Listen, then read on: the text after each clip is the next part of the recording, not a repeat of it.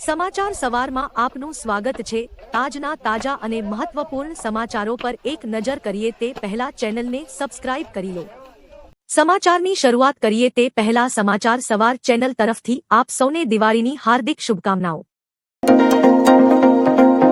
ગુજરાતમાં બેવડી ઋતુ સાથે વરસાદની આગાહી। રાજ્યમાં હાલ બેવડી ઋતુની અસર જોવા મળી રહી છે। સવારે અને રાત્રે ઠંડી, બપોરે ગરમી અનુભવાય છે। હવામાન વિભાગે ડાંગ, તાપી, નવસારી, વલસાડ અને દમણમાં હળવા વરસાદની આગાહી કરી છે। 2 થી 22 ઓક્ટોબર દરમિયાન રાજ્યમાં મધ્યમ વરસાદ પડી શકે છે। દક્ષિણ ગુજરાતમાં ભારે વરસાદી ઝાપટાની શક્યતા છે। અમદાવાદ સહિતના વિસ્તારોમાં વાદળછાયું વાતાવરણ રહેશે। નવેમ્બરથી ઠંડી જોર પકડશે અને શહેરીજનોને ઠંડીનો અહેસાસ થશે।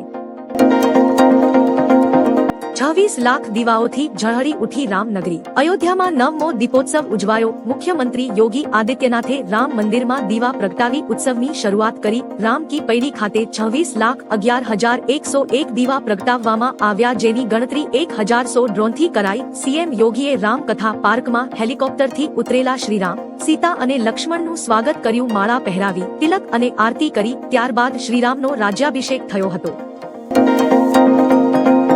દિવાળી આજે છે કે પરમ દિવસે? દિવાળી 2025ની તારીખ અંગે મૂંઝવણ અમાવસ્યા તિથિના કારણે ઊભી થઈ છે, કારણ કે તે 2 દિવસ ચાલે છે। અમાવસ્યા 20 ઓક્ટોબર બપોરે 3:45 વાગ્યે શરૂ થઈને 21 ઓક્ટોબર સાંજે 5:45 વાગ્યે પૂર્ણ થશે। દિવાળી એક રાત્રિનો તહેવાર છે જે પ્રદોષકાળ અને નિશિતકાળ સાથે જોડાયેલ છે। આ બંને શુભ સમયગાળા 20 ઓક્ટોબરે આવે છે, તેથી આ વર્ષે દિવાળીનો મુખ્ય દિવસ 20 ઓક્ટોબરે છે।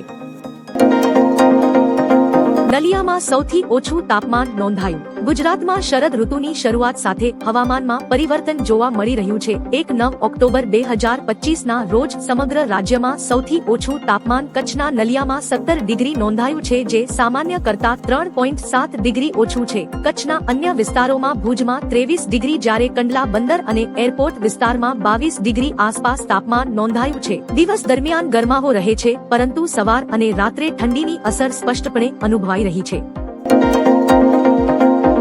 સાપુતારામાં વહેલી સવારથી વાતાવરણમાં પલટો। ગુજરાતનું એકમાત્ર ગિરિમથક સાપુતારામાં વહેલી સવારથી વાતાવરણમાં પલટો આવ્યો છે। ધીમી ધારે વરસાદ અને ગાજવીજ સાથે થંડરસ્ટોર્મ જેવો માહોલ ઉભો થયો છે। ધાહવા, વઘઈ અને સુબીર સહિત ડાંગના ગામડાઓમાં પવન સાથે વરસાદના ઝાપટા પડ્યા। આ વરસાદથી વાતાવરણમાં ખુશનુમા ઠંડક પ્રસરી। ડાંગની લીલીછમ વનરાઈ વધુ સુંદર બની। પ્રવાસીઓમાં ખુશીનો માહોલ છે, પરંતુ ખેડૂતોની ચિંતા વધી છે।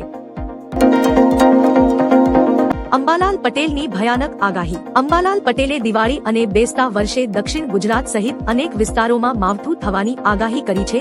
આજે બંગાળની ખાડીમાં વેલમાર્ક લો પ્રેશર સક્રિય થશે અને તે મજબૂત બનશે તો 27 થી 29 ઓક્ટોબરે ભારે ચક્રવાત આવી શકે છે। 2-3 ઓક્ટોબરથી ઠંડા પવન ફૂંકાશે અને નવેમ્બરમાં ચોમાસા જેવો માહોલ રહેશે અને ડિસેમ્બરથી ફેબ્રુઆરી સુધી ઠંડી પડશે। ચક્રવાતની અસર ગુજરાત, મહારાષ્ટ્ર અને રાજસ્થાનમાં પણ વર્તાશે।